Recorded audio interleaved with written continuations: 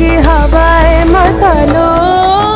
বাংলাদেশের জনপ্রিয় চিত্রনায়িকা পরিমণি, যিনি একদিকে আলোচিত অন্যদিকে মানবিক কাজের জন্যও সমানভাবে প্রশংসিত। এবার তিনি সামনে এলেন এক হৃদয় বিদারক ঘটনায়, একটি 3 মাসের অসহায় শিশুকে ঘিরে। 17 মার্চ সকালে নিজের ফেসবুক স্ট্যাটাসে পরিমণি জানান এক চাঞ্চল্যকর তথ্য।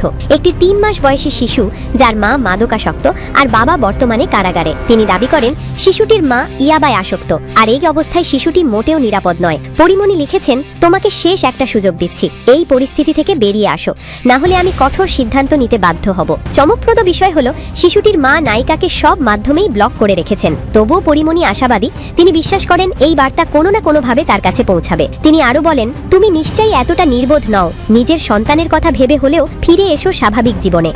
লাগে না তুই ছাড়া। পরিমণি জোর দিয়েছেন শিশুটির মাকে দ্রুত একটি মাদক নিরাময় কেন্দ্রে পাঠানো জরুরি, কারণ একটি নিষ্পাপ জীবনের নিরাপত্তা এখন সবচেয়ে বড় প্রশ্ন। এদিকে সোশ্যাল মিডিয়ায় নেটিজেনরা পরিমণির এই উদ্যোগকে সাধুবাদ জানিয়েছেন। অনেকেই বলেছেন একজন সত্যিকারের মায়ের মতোই দায়িত্ব দেখিয়েছেন তিনি। এক ভক্ত যখন শিশুটির দ্রুত নিরাপত্তা নিশ্চিত করার অনুরোধ জানান, তখন পরিমণি উত্তর দেন তিনি নিজের সর্বোচ্চ চেষ্টা করছেন এবং সবার কাছে দোয়া চেয়েছেন।